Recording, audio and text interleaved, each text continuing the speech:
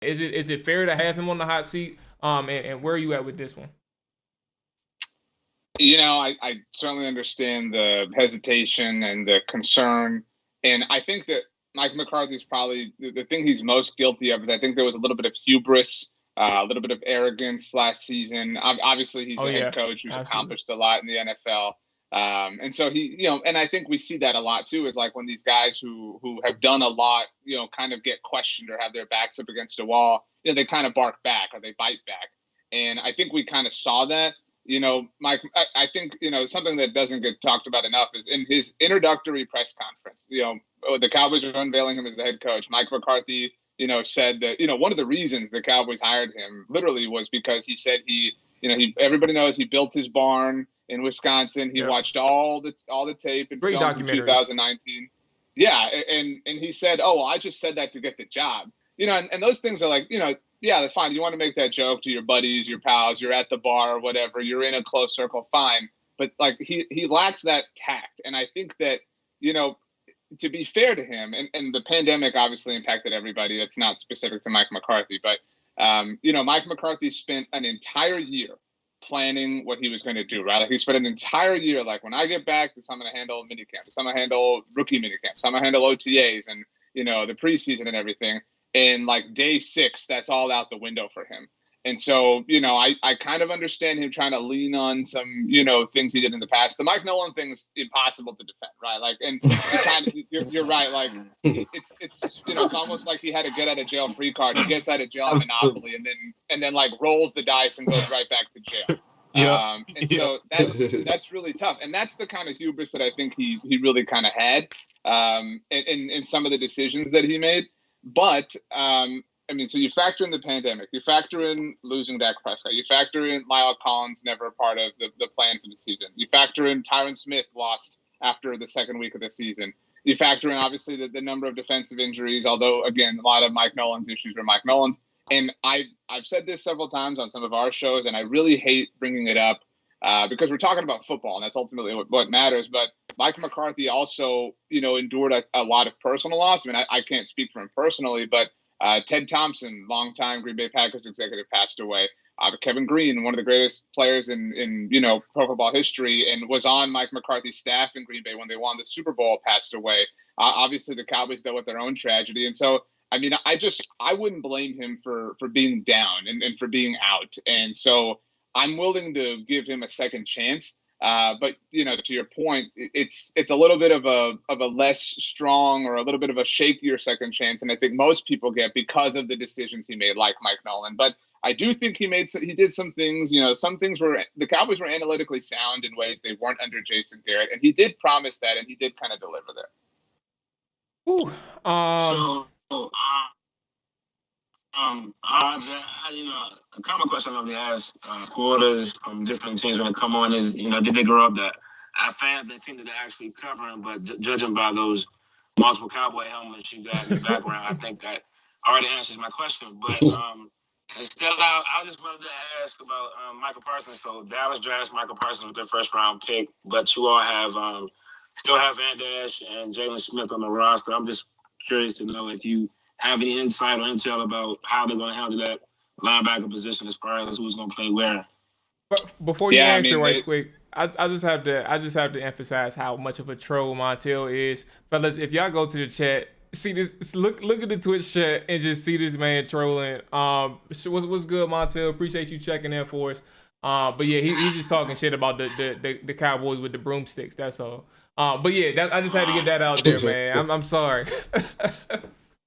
No, you're fine. And I mean, they deserve that kind of mockery, right? Like they do. I mean, they're Not no they're sweet, valuable. RJ. Not no sweet. Not no sweet. Yeah, but I mean, they're a valuable team. They're at the center of attention, but like they suck. I mean, like, and that's okay. Like we're all here to great.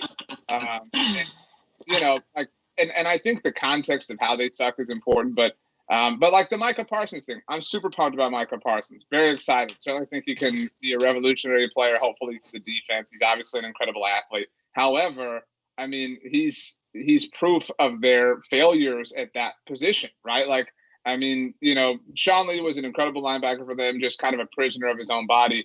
Leighton Vander Esch, I mean, again, rooting for Leighton, I would love to see him prove everybody wrong, but it was well known. It was well documented that he had neck issues at Boise State. And the Cowboys, thought, hey, it'll work out. They spent a first-round pick on him, and lo and behold, it didn't work out. Jalen Smith obviously entered the NFL coming out of college with his own injury situation, and God bless him. The fact that Jalen, is somebody we can, debate about is a testament to his own will and drive, and I give him all the credit in the world for that. But the Cowboys doubled down on that mistake, and they have also placated it. Jalen's biggest flaws that any Cowboys fan will tell you is who he is in front of a camera. And the Cowboys elevate him and give him more opportunities for those types of things. And so, swipe, bro, can't stand it, bro. It's frustrating, but they they throw fire on that, and so Micah Parsons is awesome. And to the Cowboys' defense, they did get sniped. Obviously Patrick Surtain and J.C. Horn went the 2 picks before them, and kind of shook up their draft plans. And they did trade back. They did pick up an extra pick. So I do think that they made lemonade out of lemons on draft night, but ultimately, if you're spending another first-round pick, what was a top 10 pick? I know it was 12th overall, but on the linebacker position, just 3 years after you spend a first-round pick at that spot, you're not good at this, and that's frustrating. It's exciting what Micah can offer, but it speaks to how poorly they build things. A lot of things they've done, they've gotten right, but a lot of things they just can't get, and building a strong or even competent defense is one of them. So, RJ, with that, go ahead, Mo. Oh, well, with that said, how do you think we're going to set up our linebacker play this year? With all these pieces on the field. Of course, I got Neal at safety, and then Well, that's what I was saying. I was asking the same question kind of too. How you think the lineup will look? Yeah. What do you think the lineup going to look like? I think that they'll play Micah, kind of like Jalen. Micah's their new dude, right? That they give whatever they want. You want number 11? We got you. We'll take care of Cedric Wilson. You know what I mean? You want to be, the main guy? We got you. So they're going to give Micah and rightfully so, every opportunity, to succeed. And so I think Micah's their starting middle linebacker for most of the season. Maybe not week 1. He's a rookie, whatever. We'll see. But I think that's his job. I think that Jalen might be used in some pass rush situation. I think he can excel there. I think when you take out having to think as much, having to cover like a linebacker, like Micah can or like Jabril Cox can, I think his strength is a little bit more obvious and his weaknesses are a little bit less noticeable. But yeah, I think I think it could be the Micah Keanu Neal show. I think it could be Micah Leighton Vander Esch. I think that extra linebacker spot is not. I'm not as sold on anybody specifically, but I do think that we'll see a healthy dose of Keanu Neal, of Jabril Cox before the season is over. I think that all these guys will just kind of play. If football truly is a meritocracy, Leighton and Jalen off the field. But again, the Cowboys have given them a lot of opportunities before, so it's hard to see them kind of yanking them off, just now because it's 2021. So before I get to you, Jalen, I want to throw it to Nick for those who are watching and those who are listening. Nick has been here the whole time. He's driving to Atlanta, so he's a little occupied. But I'm gonna give him the floor right quick, Nick. If you can hear me, man, what is this? How do you feel about the Cowboys situation, the linebacker situation, as RJ explained it, but also the drafting ability too, or lack thereof, I guess, perception? I think our linebacker room is packed with a lot of talent. I do believe Jalen Smith is more of a pass rusher. I don't know. He's undersized for somebody just put their hand in the dirt. But I believe trying to get him a lot of blitz packages, he can, create a lot of havoc. I do love Jabril Cox to be that slot linebacker, hybrid type. But I do have a question about the DB room. How do you feel about our young corners, and how do you feel about the latter part of the draft after Mike Parsons? Kelvin Joseph, Nashawn Wright, big guy out of Kentucky, D tackle. How do you feel about those guys? Kelvin Joseph was obviously their second round pick, and that was okay, we didn't get Surtain, we didn't get Horn, but we got Micah and we got Kelvin Joseph. And so there's a lot of hope, riding on Kelvin Joseph. We didn't really see much of him in minicamp, and so I think he's probably the rookie, and this includes Micah, who if he plays really well, could change the defense the most. Just because the Cowboys need to help the most in the secondary, that's clearly the weakest part of their defense.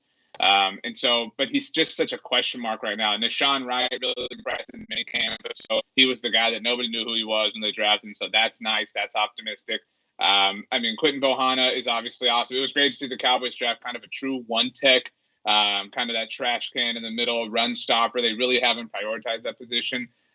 Ultimately their draft, I think it was basic. To me, it felt like, like whenever there's like a disaster coming and people go to the grocery store and you're not getting like fancy crap. You're getting like, toilet paper and water and crackers. Who the hell took all the toilet paper? God damn it. I got toilet paper for $25. Yeah, that's what the draft was. Like, these were the bare necessities, and so hopefully they transitioned it into luxury soon enough. Okay. So like RJ, I watched the press conference today that Dallas had, their opening, right? And Jerry Jones and them was talking about how they are behind our secondary. Like, they, our veterans, we got strong veterans. They like who they got, in the draft and this, that, and the third. But if the opportunity presents itself, opportunity presents itself during the season, they might pick up somebody else. But why do you think they're so gun-ho behind what they have right now in the secondary? It's specifically the vets from last year. I mean, I guess they're talking about, Brown and Diggs, but I didn't see a lot last year to be like, 100% confident in them, but they sounded way more confident than I was. Yeah, I mean, I think my honest answer is it was a press conference, and they just want to like make us believe that they're confident. Like, there's no, and they got sniped, right? Like, they can lie. Like, Micah's awesome, and I really am excited to watch him. But they can lie and say that was the plan all along, that they really wanted Micah, whatever. Yeah, Patrick Surtain, J.C. Horn, that was the plan, right? That one of them were going to be there. Every mock we all read or did or whatever had at least one of them making it to 10. And so, yeah, again, I think they deserve credit for kind of, pivoting from that in the moment and getting another third-round pick out of it. But, I mean, I think they're just overcompensating, like, publicly, because they want people to believe. They don't want everyone to think that the plan failed and they're kind of, trying to go along. Because, again, like, Trayvon Diggs is awesome. Really pumped about him in year 2. He is potentially a legit bona fide superstar. Outside of him, okay, what do you got? You've got Anthony Brown. All due respect, but that doesn't excite me. You got Jordan Lewis, who has had some great moments, but doesn't excite me. Right. You've got now Kelvin Joseph, a question mark. You've got Nashawn Wright. You've got Reggie Robinson, who you drafted last year. You can't even figure out where to play him. I mean, so, you've got all these, it's just a hodgepodge of things. And so I respect them trying to sell it, but I don't know anyone that, is truly totally buying that they believe in what they're doing. But they still have not added a veteran. And obviously, before the last 10 days or so, Richard Sherman made a lot of sense, the Dan Quinn connection, somebody like that. But, they are very stingy. They do have an open roster spot at the time we're talking. I know you mentioned this is a podcast too. So, I mean, anything could always change. But, I mean, if they wanted to add anywhere with that roster spot, getting a stable veteran corner certainly wouldn't hurt.